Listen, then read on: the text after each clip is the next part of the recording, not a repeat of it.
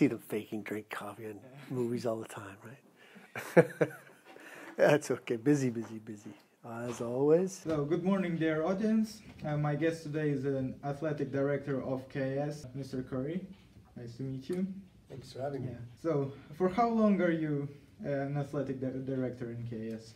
This is my 7th year in the role.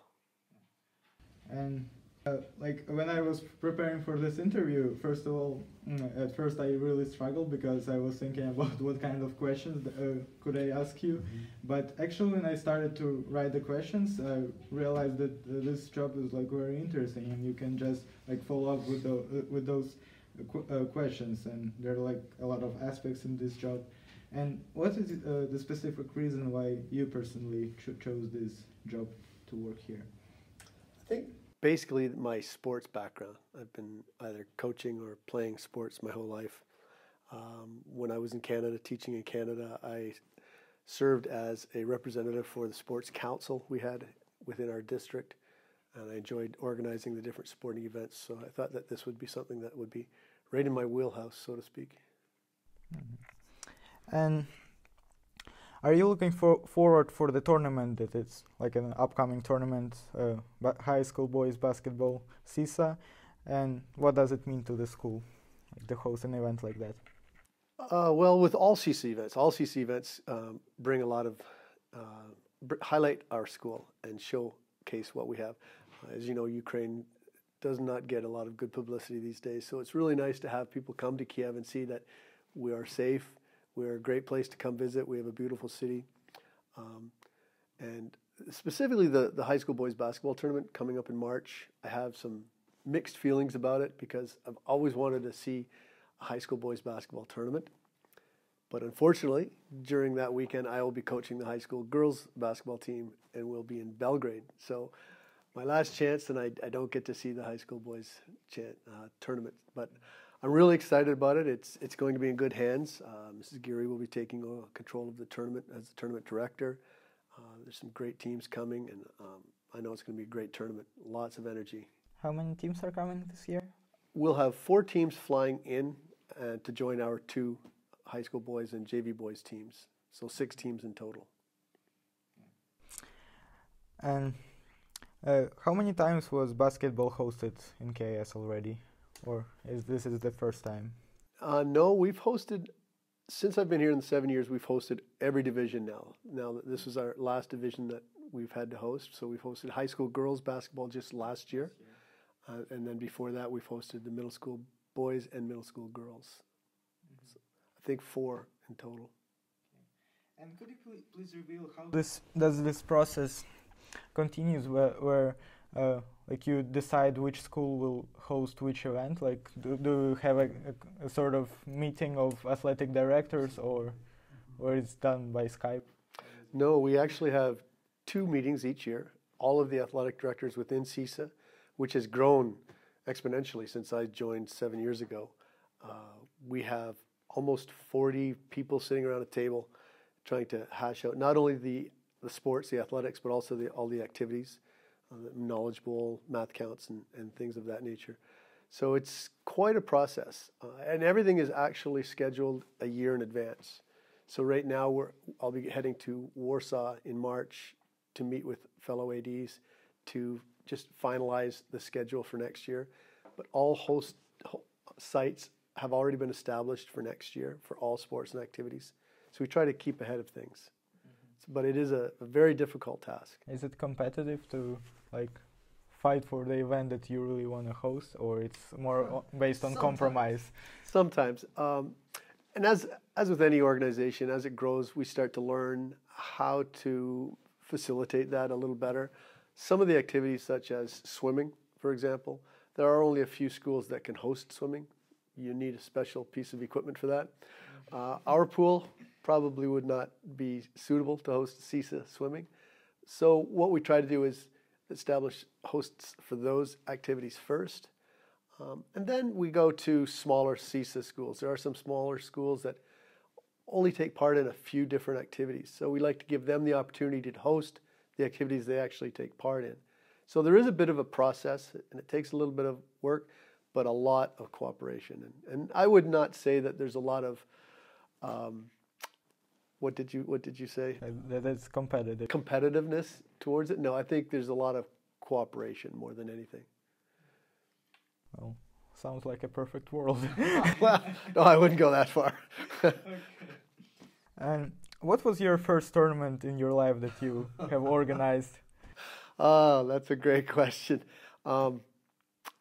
It was a middle school boys soccer tournament, and I came to KIS 7 years ago and was told that in 3 months I needed to host over 90 middle school boys in a soccer tournament here, and I had no idea what was going on. We managed to get through the weekend. All the kids came, played, and all the kids went home, which is a victory. And but the funny thing is, last year I hosted high school girls soccer, and one of the coaches that came to that tournament said that he was here 5 years ago for my first ever tournament. We had a bit of a chuckle over some of the events that took place, missing lunches for coaches and a few things. So it's been I guess, huge learning curve for me over the past 7 years. So actually this tournament that you just talked about is the first tournament that you organized in KS or in general in your life? First one ever was that middle school boys soccer tournament, yeah. I think you remember that for... I will remember that for a long time. I still remember the first T-shirt was, they spelled Prague wrong on the back of the T-shirt, so a little suit. Okay. How do you do that? You asked me about tricky questions, so there is one. There is one. Fair enough. Yeah. Could you please remember the event that you organized that went like terribly wrong and not how you actually planned? I guess it would be the same one. I mean, not knowing what you're doing is going to lead to catastrophe. You know, you have to know what you're doing. You have to have some guidelines set up, established, and when the coach came 5 years later, he said this was going to be my accreditation, right? Every school gets accredited 5 years. So I said, if I don't do better than that first tournament, then I will walk away from the job today.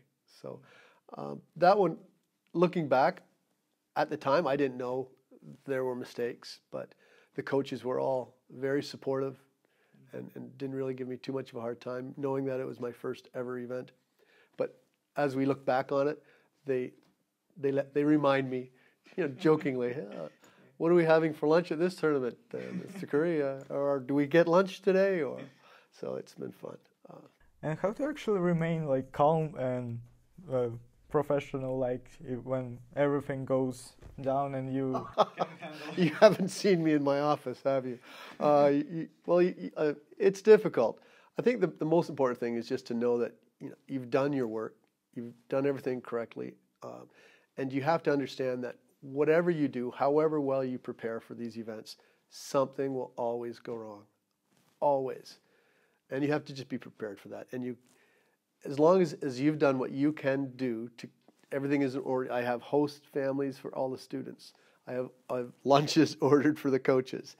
All of those things in place, everything will be fine. Things that you can't control are always the things that cause you the most grief, and you can't get stressed out over things you can't control. Weather always gives me a problem. Traffic always gives me a problem. But I can't control those things, so I don't get too worked up over it. Mm-hmm. And we talked about the process of choosing the schools which will host the events, and let's go a bit more locally, I would say, like here in KS. How do you choose the people who will actually coach the sports and other activities? Like when there is not a permanent person like Mr. Semenyuk, he always coaches high school boys basketball, but there are new people coming, so how do you arrange them normally? Good question. At the end of each school year, we have a list of staff who will be returning, obviously, and new staff that will be joining us. I send an email out to all staff members asking them to select 3 different events that they would like to participate in, either as a coach, head coach, assistant coach, or as a manager, someone who does all of the CEESA paperwork for traveling teams and so forth, which is a pretty difficult job for some sports. Once I get all of their suggestions, Then, of course, I look at if the coach is returning, if I have someone, as you mentioned, Mr. Semeniuk, who's been here, who's established himself as a high school boys basketball coach, and I have no reason to remove him from that position, then yes, I will put him back in that position. I hope that I get people selecting activities that they have a passion for, and so it's more they select them than I select them for the job. Does that make sense? Mm-hmm.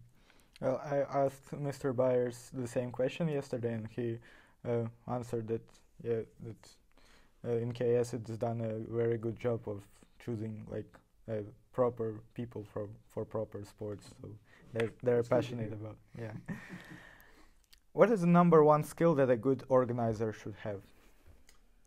I would have to say some sort of means to keep things organized. I mean, you've seen some teachers' desks might have more paperwork on them than others.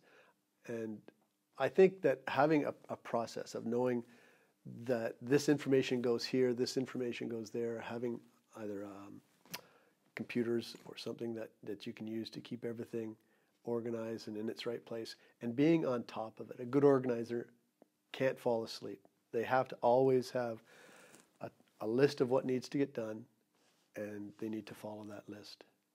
Having like I said, like a computer program that helps keep things organized, that's been very good for me. Developing different programs that I can use to keep all of the things that I have to do in one place.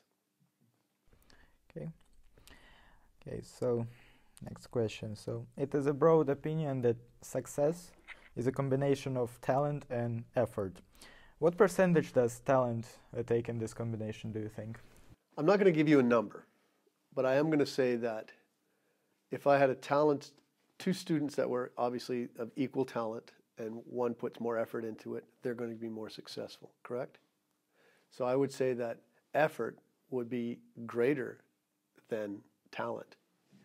An actual percentage, I couldn't give you a number, but as far as ranking them in order, I've seen lots of very talented players who are not successful, and I've seen just as many players with less talent be more successful based on their attitude and effort. Attitude's another one that is part of that equation too. Yeah. So, Mr. Curry, here's the camera, and now you have an opportunity to address the high school boys basketball team and its coaches before the upcoming CEESA event. Well, I actually had a chance to talk to the high school boys just the other day, and in a roundabout sort of way, wish them well. I've mentioned on a number of occasions that the high school boys have a huge amount of talent on that team, and their success will be determined by their ability to control their emotions and play within themselves. This was an athletic director of KS. Thank you. Thank you very much. It was a pleasure. Very good. Good job.